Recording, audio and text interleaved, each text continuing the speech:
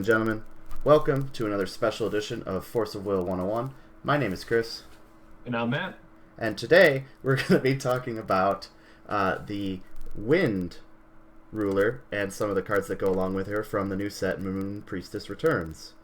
I'm really excited about these cards that we're about to talk about, Matt. They're so awesome. Yeah. And we're also really excited because, hey, this is take number 143 and we're finally getting it.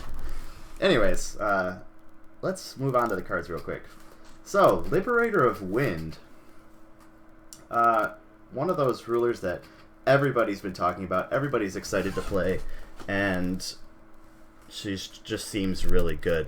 Her first effect is really cute. At the beginning of the game, search your Magic Stone deck for a card, then shuffle the rest of your Magic Stones deck and put that card on top of it. Matt, why is this good?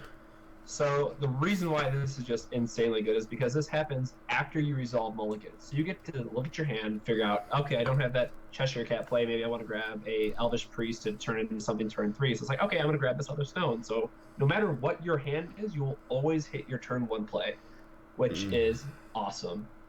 Absolutely awesome. So good. Also, have a couple Gretels in hand. Don't want to hit your True Stone? Put the True Stone on top. Yep. Oh, look, these Gretels are going to hit every single time. Yeah. And her J activate is fairly pedestrian at a pay 2 green and 1 colorless. We've seen that before. Just a standard pay 3 to flip. Pretty fair cost. Yeah. Then, when you flip her, she becomes Scheherazade, the teller of 1001 stories. Ooh. Her enter ability says search your main deck for a card and put it into your hand. Then shuffle your deck. So, not just an addition, not just a resonator, a card. Any card. Pick a card, any card. And you don't have to reveal it either, so your opponent gets to play the guessing game, which is awesome. Ooh, yeah, I didn't think about that. Because there's no constraint, right? It just lets you take a card, so it doesn't say reveal it, so. Nice. Sneaky plays. Yeah, go get that sideboard tech that you teched in game 2. Yup. Every time. And then her activate is to tap to draw 2 cards if you have no cards in hand. Seems like that could be pretty good. Yeah, I always take the draw 2 if my hand's empty if you're playing them more, because she's just going to be a great control ruler. So for whatever reason your hand is empty, just the fact to draw 2 extra cards, is going to be very, very strong, especially the way it combos with some other cards in the set that you'll see a little bit later. Yeah, I think this card is going to be one of the staples in a control meta or in a control style deck.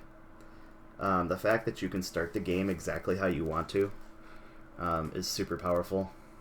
Yep. Also, having her as your ruler makes the next card we're going to talk about so good. Absolutely busted. Yeah. So, Matt, do you want to do the honors? Stories told in 1001 Nights.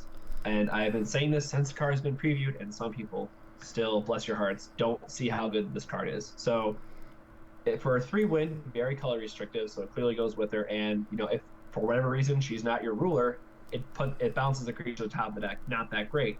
However, if you happen to be playing the Teller of 1001 Stories, you got to not only remove the resonator from the game that you targeted, you get to look through your opponent's graveyard and main deck for all copies of the card. So that in itself is a very great effect. So what makes this card so powerful beyond that is because then you have the ability within reasonable time, so you don't get a delay of game, penalty or something.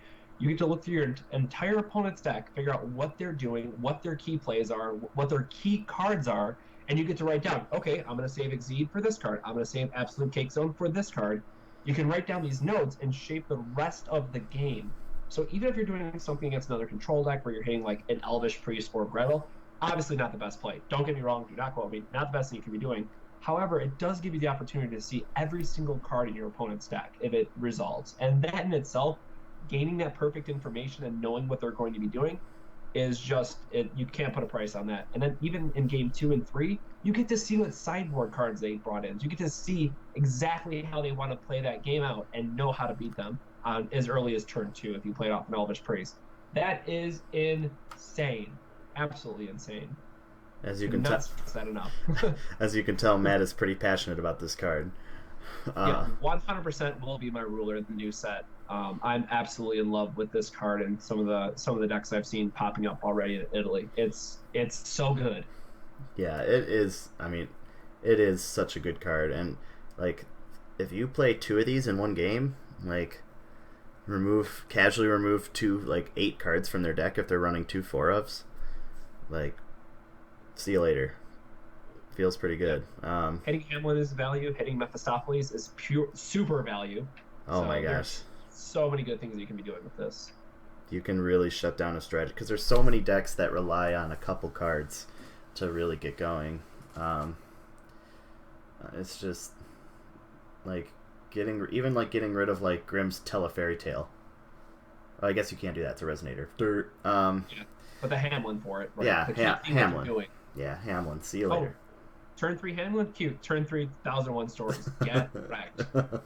Absolutely wrecked. Oh man, that's gotta hurt.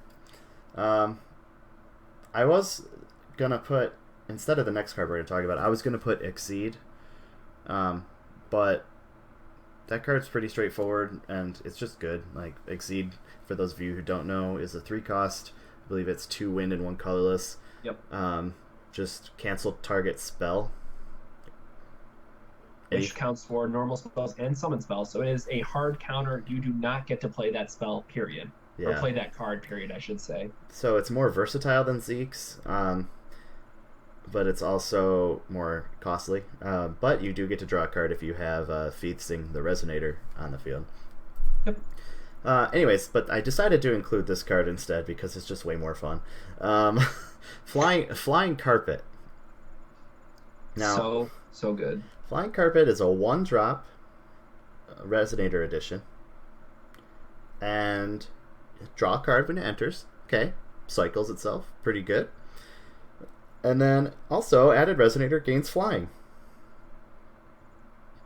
So what decks do you think that this really goes in? I think we've showcased a few where they could really use this buff. How about you talk about those interactions? So, for those of you who watched our light video, we were talking a little bit about Crimson Girl in the Sky. Oh, yeah. Isn't there an effect on one card, I believe he's made out of metal, that perhaps tin? Perhaps tin.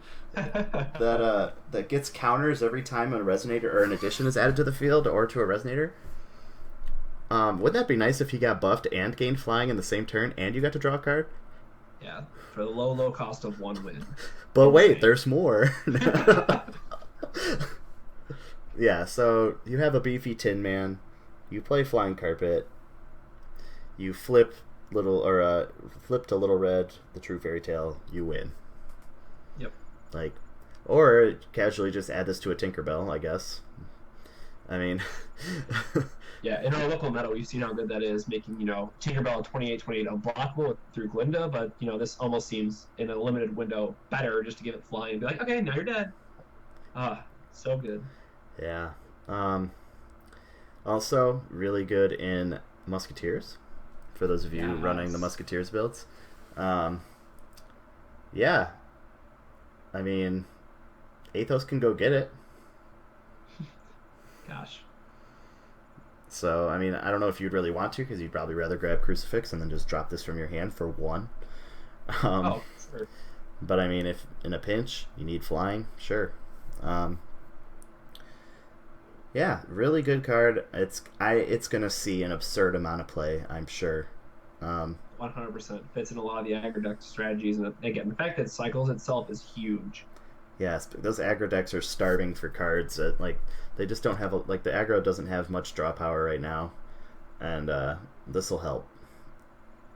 Because I'm pretty sure people would play it even if it didn't draw a card. Yeah. So, and then the final card, one of the best looking cards in my opinion in this set. I think the art is really awesome. Sinbad, the Wandering Merchant, or the Wind Rider Merchant, excuse me. Sinbad is 2 for 6/6, which is pretty good. Very beefy stats at 2. With basically no drawback and all advantage. I mean, I mean, like, we have cards that are slightly better, like Seven Dwarves are 2 for a 7/7, but Seven Dwarves has to attack every turn. So, Sinbad says that any Edition Resonator cards in your hand gain Quick Cast. Yeah. Pretty good. Quick Cast a Crucifix from hand. Sounds like a good idea. I mean, anything. It basically turns into, oh, you're going to attack my guy? No, I'm going to quick cast, or you're going to swing at my face. I'm going to quick cast an addition, buff my dude, block. Yeah, I think one of my favorite plays I've seen come out of this is with Glyph of Unkil. It's I believe it costs 1 fire. It's an addition resonator, and it says at the end of its owner's turn, destroy target resonator. So as Sinbad with quick cast, you get to play it on their turn. So if they play, let's say, a big creature, you can very quickly slip on the glyph to them, and it automatically kills them at the turn. So it gives you an option for premium removal in red, where you might not normally have that for the low cost of 1, if I'm not mistaken. Yeah, that seems really good. Pretty strong. And then the ability that everybody talks about, if you would draw a card in a phase other than the draw phase, you may skip drawing it instead. When you skip drawing a card this way, choose 1. This card deals 300 damage to target resonator. Pretty good. Target resonator gains +400/+400 until end of turn. Really good. Or destroy target addition. Pretty good value, folks. Let's be honest. Yeah. So, remember when everybody was really worried about multiple copies of the same field edition? Nope. Yeah. So let's just go to the extreme here real quick, and again, maybe comboing Flying Carpet here, but let's say we play something like Witch's Dagger and Crimson Girl. So we're going to sack off one of our guys we don't care about. Crimson Girl is flipped, and then Witch's Dagger would normally draw 3 cards. Well, for each card you would draw, you get a trigger. So then with Crimson Girl flipped, you have 3 different triggers where you can give something +800/+800. You're probably dead at that point. Like if something has Flying Carpet, you don't have the Stoning to Death, for example, you're probably pretty dead. So there's that, and Voice of the False God really give us some more options to find a way to draw a lot of cards, get these buffs, and if we're playing this in the right decks, can just be absolutely devastating for your opponent, where they just didn't see that kind of damage coming. So it's going to lead to a lot of interesting battle phases, I think, in the very near future. Something I'm personally, again, excited for. As you see, this is more or less my deck, maybe minus Flying Carpet, but a lot of these synergies is just so much value that you're getting out of this. Yeah, Wind is going to be insane. And Scheherazade is going to be leading the charge. I have a feeling we're going to see a lot of her in the coming months. Yep, 100%. Alright guys, well, I think that about wraps it up for this edition of the Ruler discussion of Force of Will 101. We really appreciate you watching, liking, commenting, and subscribing, and until next time, we will see you later.